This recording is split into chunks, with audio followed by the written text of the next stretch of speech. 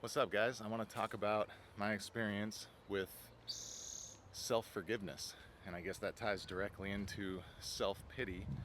And you know, I want to talk about it. It's my raw vlog video diary, so I just kind of roll it up and I think of a topic in my head and I just start talking. And so I've recently had a pretty profound experience with self-forgiveness, and I've always struggled with that. I'm a perfectionist, and I have a big heart, you know? I've got a lot of flaws like the rest of us, so sometimes it doesn't look like it, but I really do have a big heart.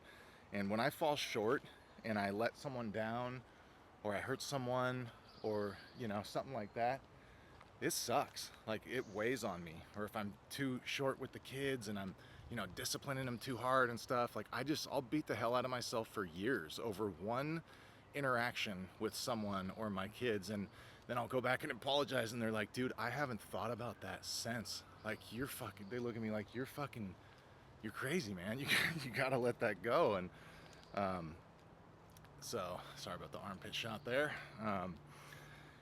Anyways, so recently I somehow was able to fully grasp the concept of self-forgiveness. And what I did, here's like how I'm practicing this currently. So what I did was I picked a date, and this is very recently that this happened. I picked a date, and everything before that date, and it was the day actually that I picked. So within the last couple of months, I don't know, but everything that's happened before this time, I am moving on from and forgiving myself from.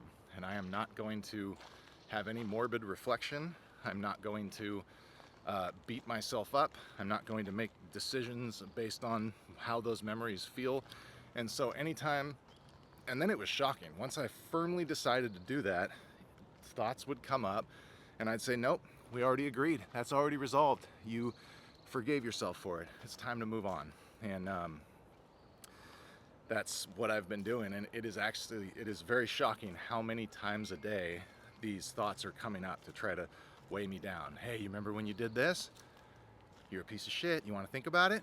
Huh? Let's really dig in. Let's let that thought root and just take your serenity for the day. Absolutely ridiculous. So now it comes up and I just say, no, not letting that thought root. We already forgave ourselves. And you know what? Like, magic things have happened since then, because I truly believe that there is a God, and I also believe that all of us are a part of God, and we have part of God in us. I don't know how to explain it. So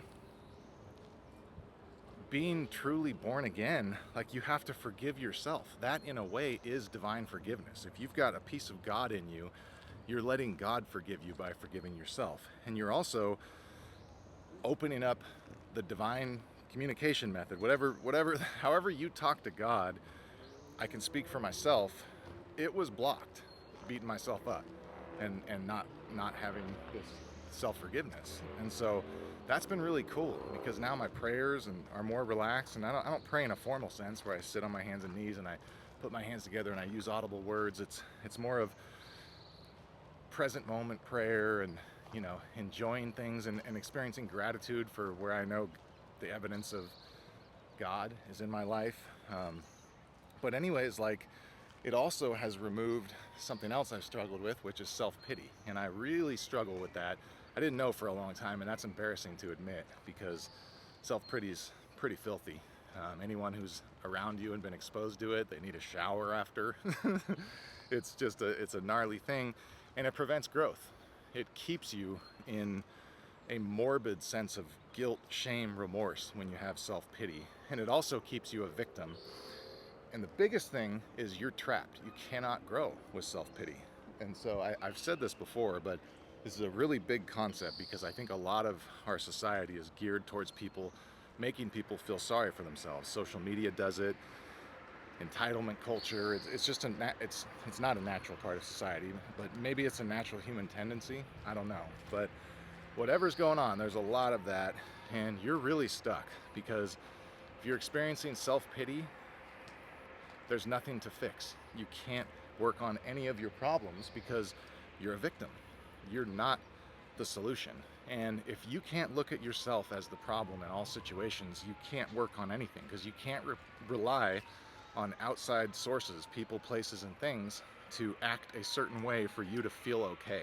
Nothing will ever line up. If you're always waiting for this person, place, or thing to do or don't do this thing, and you would or wouldn't feel how you feel as a result of what they did or didn't do, wow, I made that complicated, then you're just a victim to life. You're just walking around and everything else but your own heart and soul are dictating how you feel. So that's what I do for self-forgiveness, is I set a date.